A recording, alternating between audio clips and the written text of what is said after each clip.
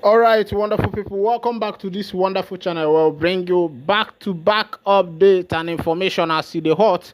In case you have not joined our social media handle, what are you waiting for? Kindly go ahead and subscribe, like, comment, share, and also remember to on your notification button so that whenever our news drop, you go be the first. We'll collect them. Well, let's go down to the news proper. I see the hot. You don't share for the matter. We say there for my table. They worry. The people wey be say that they call the indigenous people of Biafra don't declare the 31st of May public holiday for Biafra land.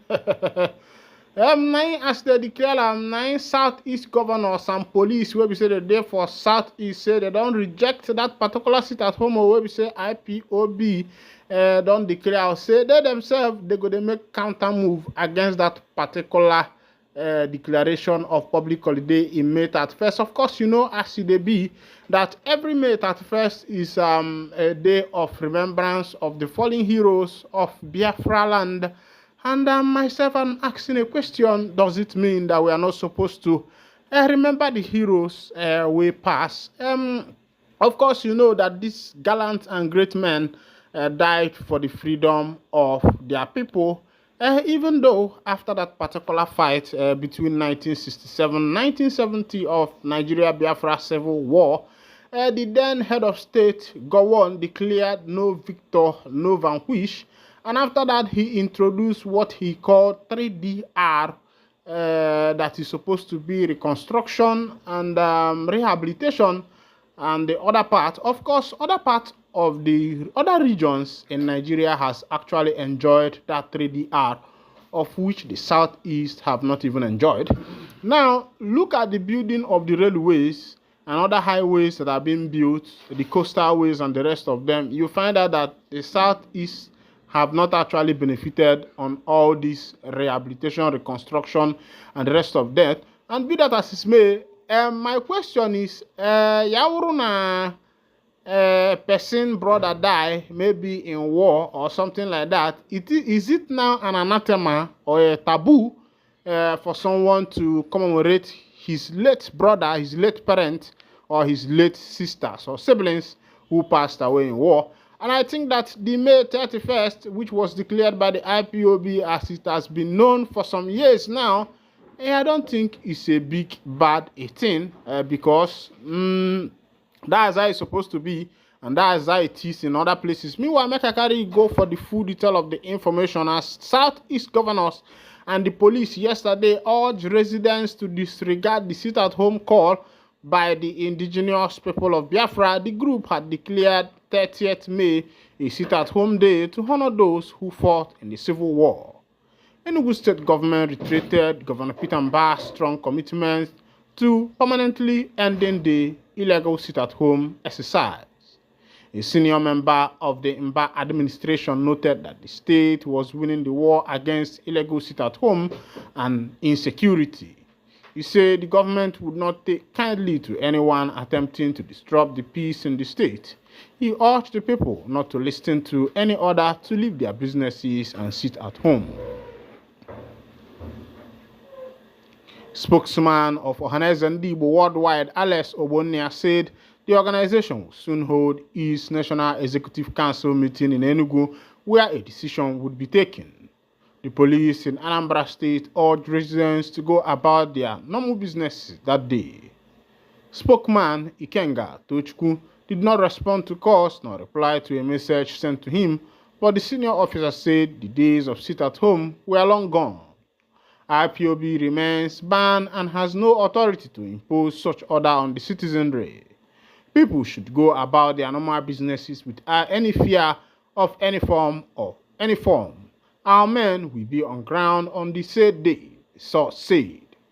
Chris Aburime, press secretary to Governor Chukwuma Soludo, did not pick up his calls. Still, another senior official said the masses are battling with the hardship and one faceless group wants to impose another one on the people. Enough is enough. Police spokesperson in Ebonyi, Joshua Okando, warned IPOB to stay clear of the state. He urged residents to ignore the order and go about their activities.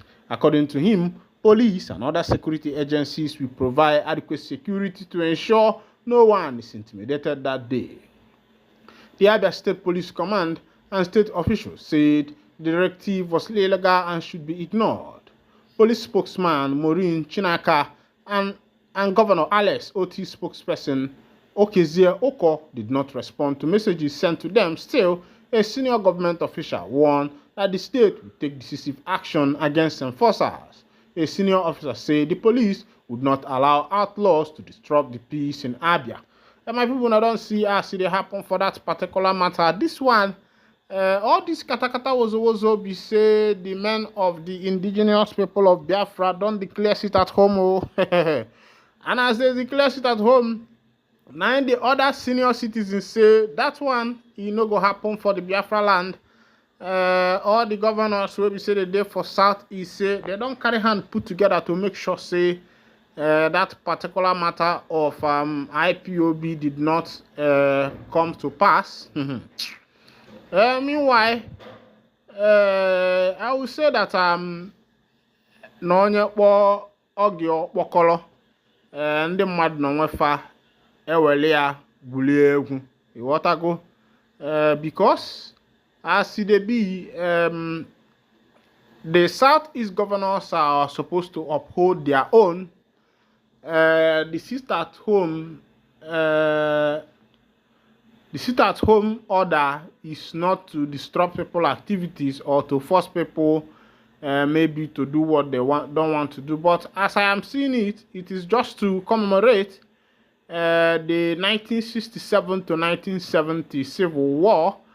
And I'm trying to understand why the Southeast governors are so much interested in this particular sit-at-home that is going to take place in the southeastern part of Nigeria.